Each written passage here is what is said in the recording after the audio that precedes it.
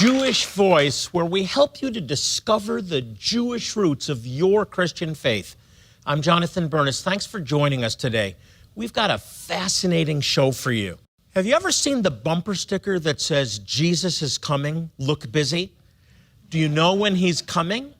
Are you ready?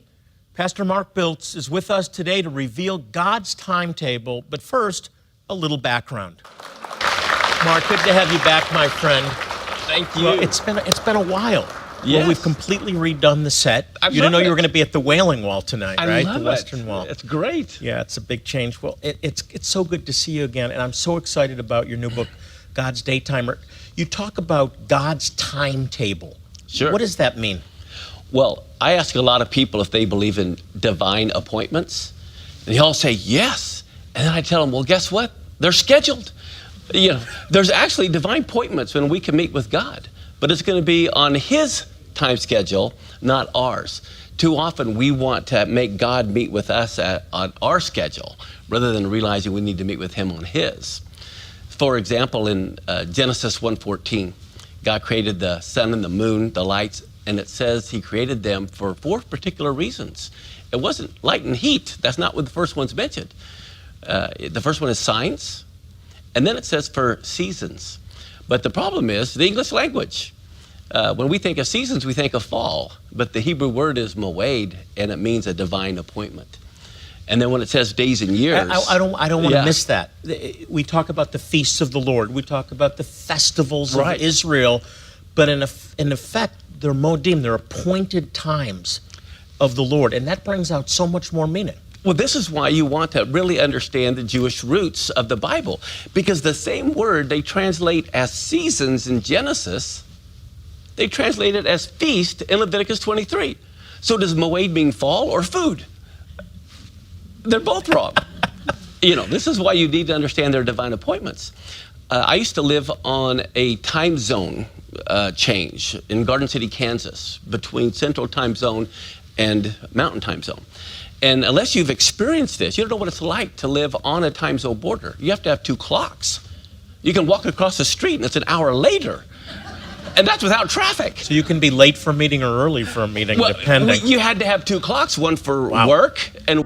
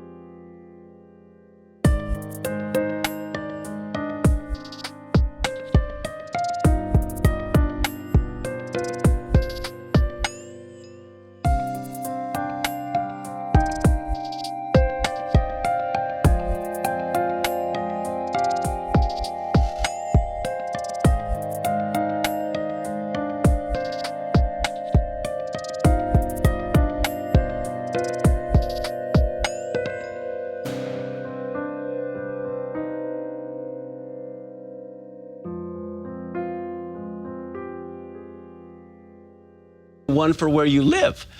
And so, but if I want to call somebody to go over to eat or whatever, we had to make sure we knew whose time zone that we were going to be meeting at. Well, it's the same thing. God, He wants us to meet Him on His time schedule. I give the example of an employer who tells an employee to meet with him at 4 o'clock on Friday before the weekends. What would the employer think if the employee said, no, that doesn't work in my schedule? You meet with me at 2 on Monday. I tell them, you probably won't have a job on Monday.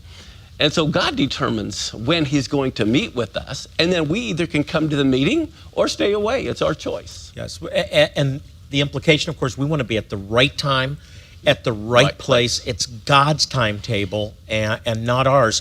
Mark, what did the ancient Hebrews, the ancient Jewish community know about God's calendar that Christians need to know? Because this is part of your life message. Oh, it sure is.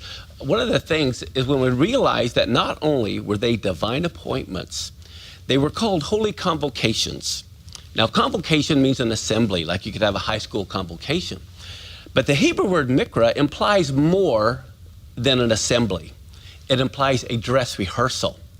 And so what they would be doing every year, they would be going through the prophetic dress rehearsal of what was going to happen 1,500 years later. This is why every year at the appointed time on Passover, they would slay the Passover lamb, because he's going to die on Passover. They would even slay the Passover lamb at 3 p.m. Well, that's the time of the evening sacrifice. At 9 a.m, in the Gospels, it says it was the 3rd hour of the day and they bound Yeshua to the cross. Well, here's what's incredible. 9 a.m. is the time of the morning sacrifice. So every year on Passover, at the time of the morning sacrifice, they would bind the Passover lamb to the horns of the altar. At that very precise moment, they were binding Yeshua to the cross. Remember in Revelation, it says Yeshua was the lamb slain from the foundation of the world. That means God had it all planned out. It's not like Jesus died and the Father goes, oh no, we got to go to plan B and resurrect him. Okay. He knew he was going to die. But can you imagine how horrible it would be to experience the death of one of your children? I mean, may it never happen to anyone. But the Father says this, look, I am pre-planning my son's funeral. I'm going to determine what day he's going to die. I'm going to determine what time he's going to die. As a matter of fact, he says, I'm going to determine what songs are going to be sung at my son's funeral. He had David write the Psalms that would be sung on that fateful day, the very words. And so at 9 a.m, when Yeshua is being bound to the cross, that same moment, they're binding the Passover lamb to the altar. Josephus records 2 million Jews were in Jerusalem for Passover. So there's a 2 million member choir. And what is Yeshua hearing all of them sing? At that very moment, they're binding him to the cross. Psalms 118 is the Hallel. Wow. That's what they're singing. The great Hallel. And at the end, what are they singing? Bind the sacrifice with cords, even to the horns of the altar. I don't want people to miss that Psalm 118, which is so messianic. Huge. Which is a prophecy, includes a prophecy. The stone that the builders rejected has become the chief cornerstone. What's so powerful about that, if your audience may remember, that it says they sang a hymn at the Last Supper, went over to the Mount of Olives. I know the words to the song they sang. And everyone can't believe it. And I say, it's Psalms 118. Beautiful. We got to take a break. When I come back, I want to talk about blessing. We all want to be blessed. And when you connect yourself to the appointed times of God, you receive blessing. What kind of blessing? I'll talk more with Pastor Mark Biltz straight ahead. I'm going to give people the keys to how to unlock God's day timer so they can get into his appointment book. And can you imagine that? Getting God's calendar? Welcome back. My guest is Pastor Mark Biltz. He's the author of a new book. It's called God's Day Timer, and it's also a DVD. You've done both a book and a DVD. What is God's Day Timer? Well, God's Day Timer is his appointment book. And he has scheduled appointments when he wants to meet. You mean we can get God's appointment book into our hands? Can you believe it? Sold! That's why I even have a lock and a key on that day timer, because I'm going to give people the keys to how to unlock God's day timer.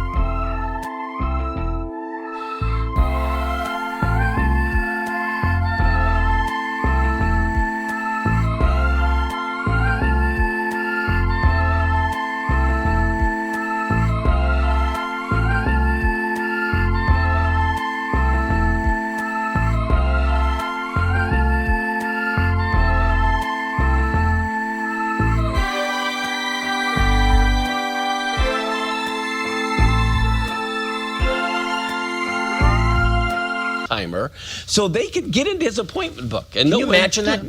Getting God's calendar, his day timer, and knowing where he's going to be, when he's going to be? I love it. It's so incredible. I tell people, do you want to be at the wedding of the Messiah? And they go, yes.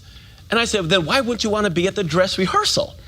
Because each one of these divine appointments are dress rehearsals for prophetically what's going to be coming. I want to show a verse here that I think applies to this, and it's Romans 11:25. I love it. Which says that a blindness has happened in part, meaning that some Jewish people, like myself and thousands of others, know that Jesus is the Messiah.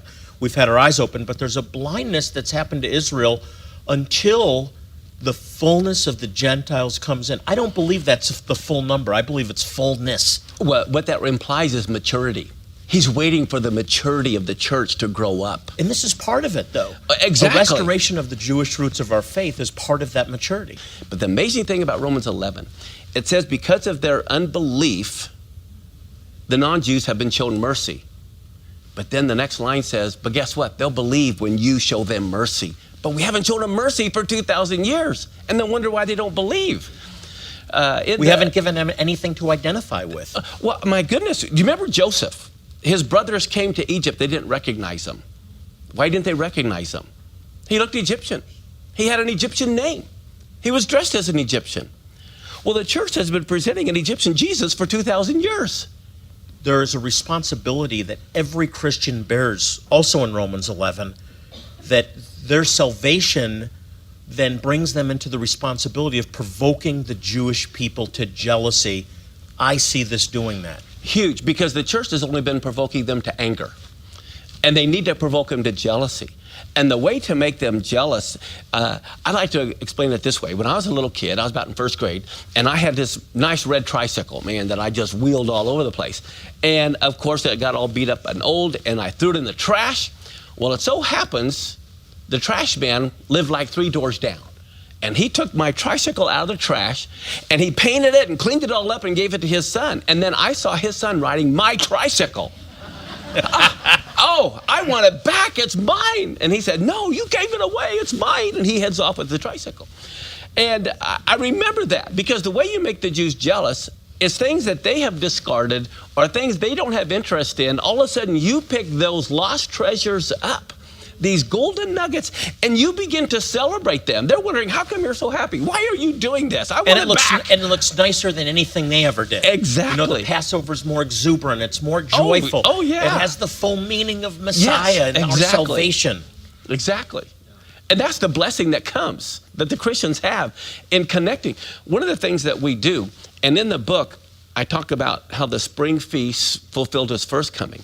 And then I go into the Feast of Trumpets, Yom Kippur, Sukkot, and prophetically how each one of those will be fulfilled on that day.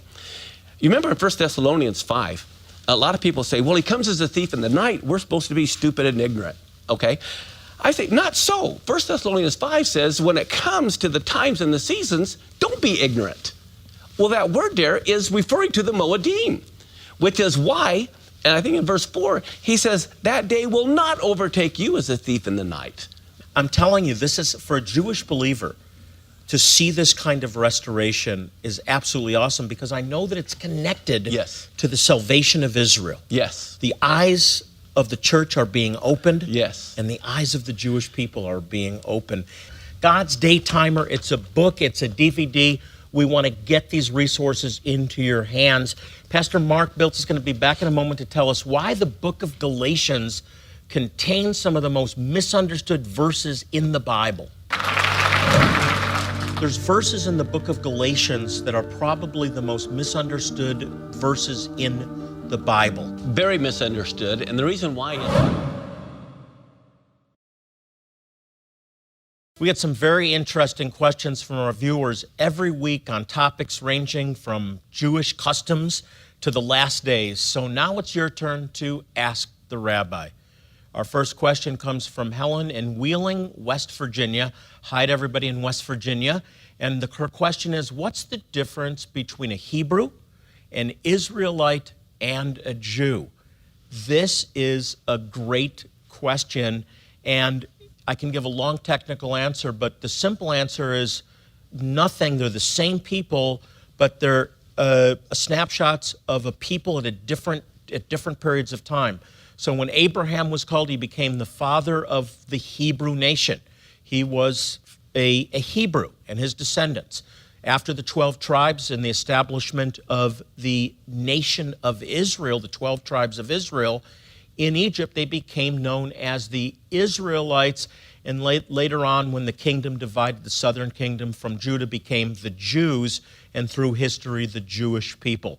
That's a very simple answer. Same people, different periods of time throughout their history. Next question comes from Jerry in Springfield, Missouri, who wants to know, is the Trinity Jewish? Well, Jerry, the answer is absolutely. We don't have a concept of a Trinity, but if you look through the Torah, the prophets, the writings, the Tanakh, the Old Testament, you clearly see the revelation of Elohim, which is plural. God is plural, but he's a unity within a plurality. That's what echad means. When we declare that God is one, he is truly one, but he reveals himself in the Father, in the Redeemer, or the arm of the Lord, the branch of the Lord, the Messiah, and then, of course, the Spirit of God. You can find all three in the Jewish scriptures, but as far as the Trinity, we Messianic Jews refer to God as a tri-unity.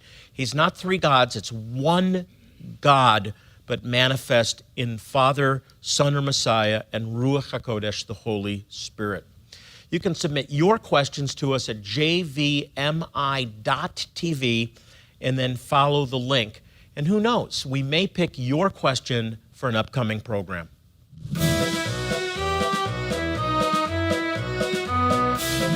Pastor Mark Biltz has been our guest today. And Mark, a final thought.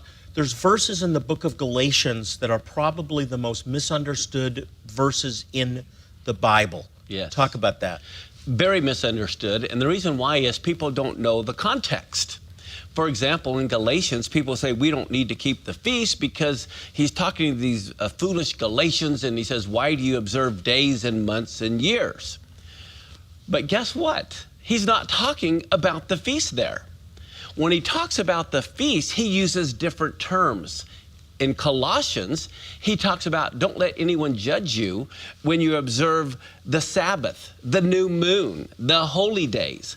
So who were the Galatians? This is why you have to know the context. Do you remember in Acts 14, when Paul and Barnabas were going through Turkey, through Galatia, all of a sudden they healed this one man, and they thought that one was Mercury and the other was Jupiter, and they began to worship Paul and Barnabas. And he said, quit it. We're not gods. You need to worship the God who created all the stars and the moons and the planets that you're worshiping. Guess where that happened? In Galatia. The Galatians were the ones who worshiped the planets, Jupiter and Mercury, and worshiping the gods of astrology. And so what Paul is saying to the Galatians, why in the world are you returning back to these foolish calendar, observing days and months and years when you have the biblical calendar? And then they also misinterpret Colossians, because in Colossians 2, when he's telling them, don't let anyone judge you in the Sabbath, the new moon, or the holy days, what he's saying is this: the Colossians were next door neighbors to the Galatians. And he's saying, don't let these foolish Galatians judge you because you are keeping the Sabbath, the new moons, and the holy days. And so we have to realize, too many people take Galatians and Colossians and think they're both talking about the biblical calendar. But they don't understand the context. It's to the Galatians. He said, get off this stupid calendar. Beautiful. And we're no longer under the law. Why? Because the law is now written in our hearts. God's Daytimer. It's a DVD. It's a book. These are resources we want to sow into your life as you help us reach Jewish people. You sow into their life, and it transforms their life when they hear the gospel. Next week, we've got a fascinating show for you. Here's a sneak preview. We believe with the heart, and we confess with the mouth, and that requires confession. Your financial support of this ministry helps us bring hope and healing to suffering Jewish communities. We sent a video producer to one of our medical outreaches to show you the difference that your